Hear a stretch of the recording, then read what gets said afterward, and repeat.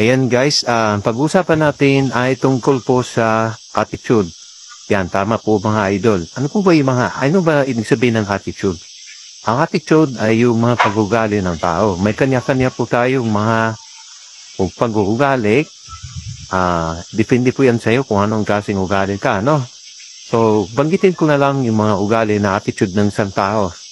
Mayroong mga taong sinungaling, mayroong mga taong tapat.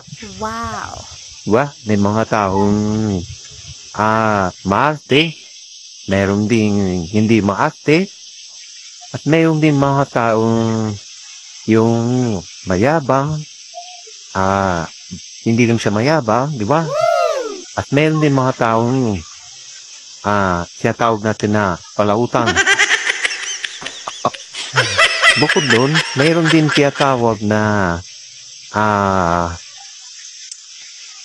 mayroon din mga taong mahilig magpaganda, Wow! magpagwapo, mayroon mga taong mga masisipag, may tamad. Ang tawag dyan ay mga pag-ugali. Yun. So, ang attitude, yun yung dala-dala natin na kahit saan tayo, ay talagang yun ang pag-ugali. Yun yung ibig sabihin ng attitude. Kasi yung iba, hindi alam ang ibig sabihin ng attitude. Ayan, ang gusto kong mangyari guys. Gusto kong mangyari ay ang itutulog o magiging content ko ay realidad sa tao, sa pangyayari, sa kong buhay, ganyan.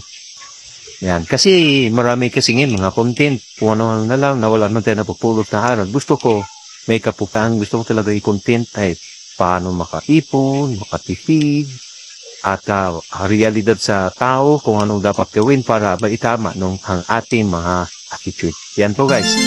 So, abangan ninyo ang kasunod ng ating mga episode. Yan, episode na sa tama. Yung may mapupulutan tayong aral. Tama mga idol.